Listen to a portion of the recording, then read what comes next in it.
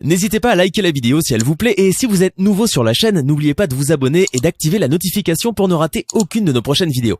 On commence.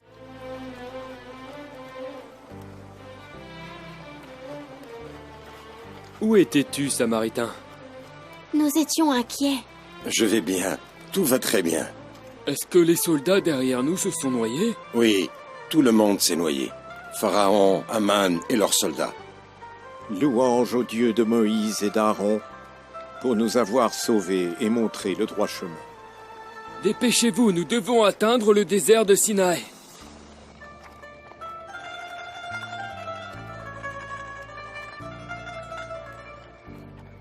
Arrêtez de marcher.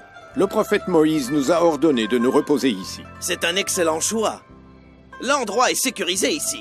La montagne nous protège du vent et des tempêtes, et il n'y a aucun loup ou autre animaux sauvages.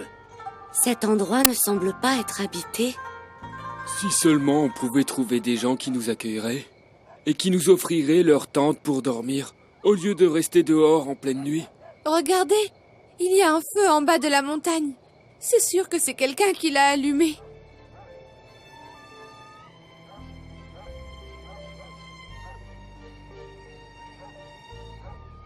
Allons voir de quoi il s'agit. Ne vaudrait-il pas mieux de demander au prophète Moïse avant de faire quelque chose? Lui demandez quoi? Nous allons voir d'où vient le feu et nous l'informerons. Le Samaritain a raison. Le prophète de Dieu ne se mettra pas en colère pour ça.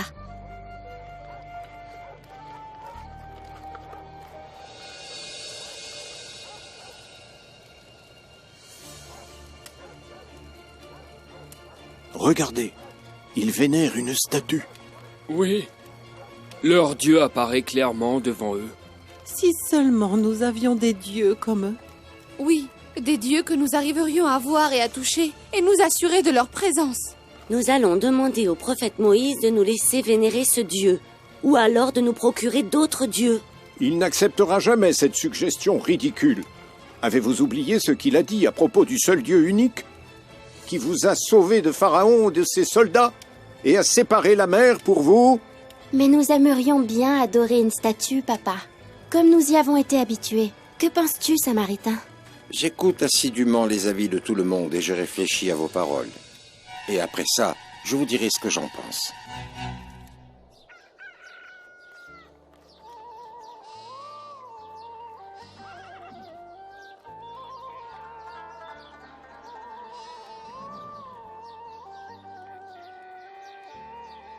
Oh! Je suis vraiment très fatigué. Et j'ai très soif aussi. Oui, moi aussi. J'ai très soif et très faim. Mais malheureusement, j'ai fini tout ce que je possédais d'eau et de nourriture. Moi aussi. Allons demander à Halim. Monsieur Halim? Bonjour, monsieur. Bonjour, messieurs. Est-ce que l'un d'entre vous possède de l'eau ou à manger? Pourquoi est-ce que vous me regardez comme ça? Parce que nous allions vous demander la même chose. Je sais que le Samaritain porte un grand sac plein de bagages. Il y a certainement dedans ce qu'il nous faut. Je n'ai rien du tout et je crève de faim aussi. Alors quoi? Demandons aux femmes.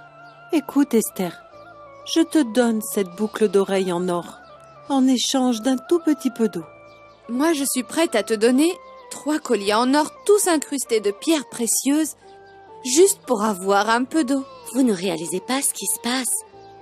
Le peu d'eau que je possède est tout ce qu'il me reste. Et pour que je vous le donne, il faudra que vous payiez le prix cher. Tu es une horrible femme cupide. Tu viens de te priver d'eau toute seule. Je ne t'en donnerai pas, même si tu me payais une fortune. Ne nous contrôle pas, Esther, et n'oublie pas, cet or ne nous appartient pas. Il appartient aux Égyptiennes à qui nous ne l'avons pas rendu faute de temps. Il ne nous appartient pas, mais il est en notre possession. Ceci ne vous donne pas le droit d'en disposer. Tais-toi, Bagerma. Ce sujet ne concerne pas les hommes, tu entends? Tu entends ce que dit ta femme, Halim? Elle a raison. Toi, tu fourres ton nez partout. Arrêtez. Disputez-vous à propos de l'or plus tard. Et donnez-moi plutôt un peu d'eau. Parce que je suis sur le point de mourir. Et quand Moïse eut peur que l'agitation entre les gens prenne place, il pria son Dieu, qui lui demanda de frapper avec son bâton par terre. 12 fontaines d'eau ont alors jailli, et chaque tribu suivit le chemin de l'eau. Louange à Dieu! Le saint prophète a résolu notre problème d'eau. Nous ne nous querellerons plus alors. Et moi, je pourrai enfin garder mes précieux colliers en or. Tu n'as pas honte de ce que tu fais? D'abord tu voles de l'or, et ensuite tu te l'appropries. Je ne suis pas une voleuse. Cet or était avec moi lorsque je suis sortie pour fuir la violence du pharaon. Et maintenant, Pharaon est mort. Alors comment pouvons-nous rendre l'or à ses propriétaires? À mon avis, on divise cet or en parties égales pour tous. L'or est l'ornement des femmes. Pourquoi en prendriez-vous? Taisez-vous. Laissons le prophète de Dieu Moïse en décider. Le prophète de Dieu? Alors l'or est perdu.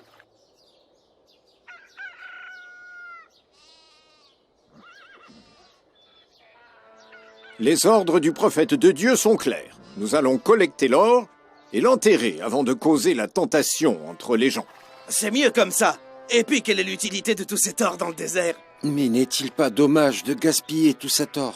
Éviter la tentation, Samaritain, est plus important que garder des ornements inutiles. Je ne m'oppose pas à l'ordre du prophète. Je me demande seulement si... Allez, que les femmes collectent tout cet or et qu'elles le mettent tout entier dans une seule et même pile.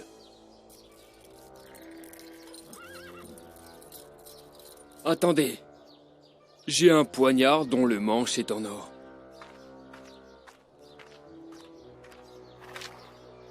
Je suis triste de laisser tous mes bijoux, mais je n'ai pas d'autre choix. Continuez de creuser. Pourquoi? C'est de la torture ou quoi? Pour l'amour de Dieu, nous allons mourir à cause de la chaleur. Je crois que cette profondeur est suffisante pour cacher tout l'or. Non, je crains que ce fossé ne soit pas assez profond. Et que l'un d'entre nous pense à creuser à nouveau et faire sortir le trésor. Mais qui serait ce fou qui oserait mettre en colère le prophète de Dieu Moïse? Tu as raison. Et puis, nous enterrerons cet or avec foi et conviction. Notre conscience nous surveille, Elim. Arrêtez de creuser. Ce fossé est suffisant. Donnez-moi l'or. Je serai le seul à le jeter dans le fossé. Que Dieu fortifie ta foi. Disparais, espèce de métal maudit. Tu ne sers qu'à séduire les esprits des femmes, des puissants et des oppresseurs. Mais tu ne vaincras jamais notre croyance dans la vie. C'est hors de question. Je suis tellement touché que je crois que je vais pleurer. Est-ce que c'était nécessaire que le prophète de Dieu nous laisse pendant toute cette période et s'en aille à la montagne? Quelle question ridicule! Il est allé à la rencontre de son Dieu. Et ça, c'est beaucoup plus important que nos affaires banales. Et que faire si nous avons besoin de lui demander quelque chose? Il a laissé son frère Aaron. Il est son ministre et un prophète comme lui. Et il connaît tous les enseignements de la religion. Samaritain, où étais-tu? Je ne t'ai pas vu depuis un long moment. Qu'est-ce que tu veux, Rima? Est-ce que c'est une façon de me parler? Je voulais juste être rassurée. Surtout que tu n'étais pas là pour dire au revoir au prophète quand il est parti à la montagne. Il est allé à la montagne. Pourquoi ça? Tu ne le savais pas? Il est allé à la rencontre de son Dieu. Ça veut dire que Moïse n'est pas parmi nous en ce moment. Non. Mais si tu as besoin de quelque chose, tu peux toujours demander à son frère Aaron. Je n'ai besoin de demander l'avis de personne.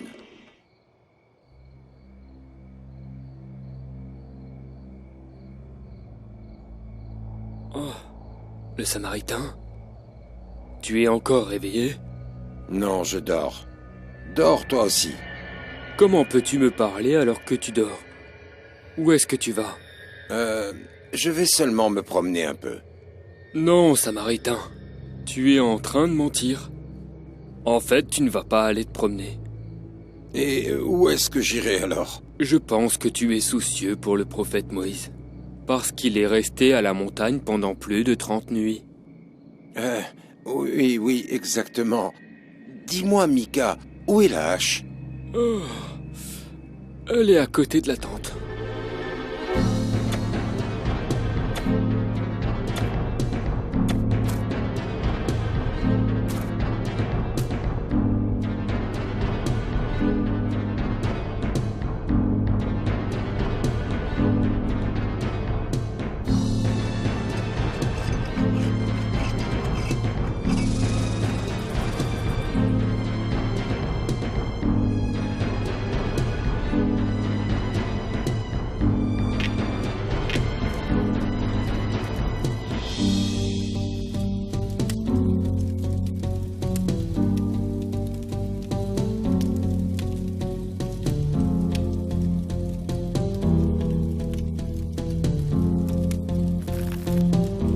Maintenant, c'est au tour de la sainte Thrace, bénie par l'ange. Et je vais fabriquer quelque chose qui n'a rien de semblable avec ce qui existe déjà.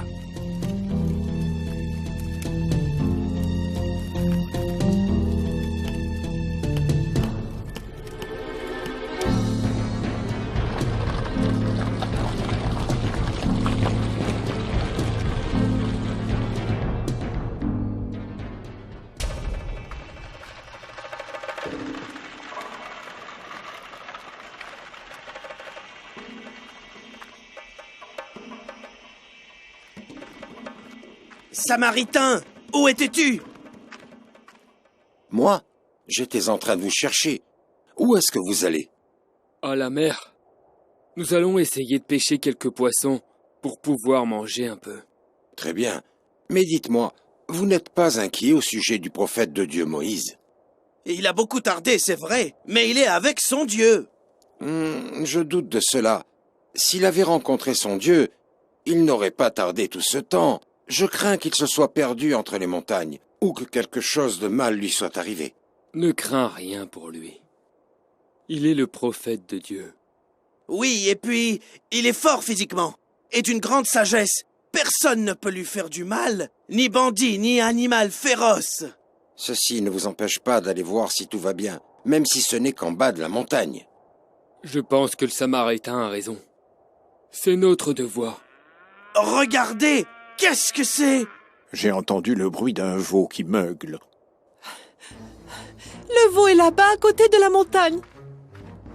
Parlez correctement de votre Dieu et vénérez-le. Tu as vu ça, Martha? Il est éclatant de lumière. Et il beugle aussi. Nous avons enfin un Dieu que nous entendons et voyons. Mais le Dieu, le seul et l'unique, ne se personnifie pas. Et son messager, Moïse, est allé le voir. Moïse est allé chercher son Dieu, alors que Dieu est parmi nous. Il est magnifique. Bénissez votre Dieu en vous prosternant devant lui. Est-ce toi, le Dieu de Moïse et d'Aaron? Allez, réponds-moi, statue en or. Pourquoi ne parle-t-il pas? Demande-lui plutôt pardon et sois poli.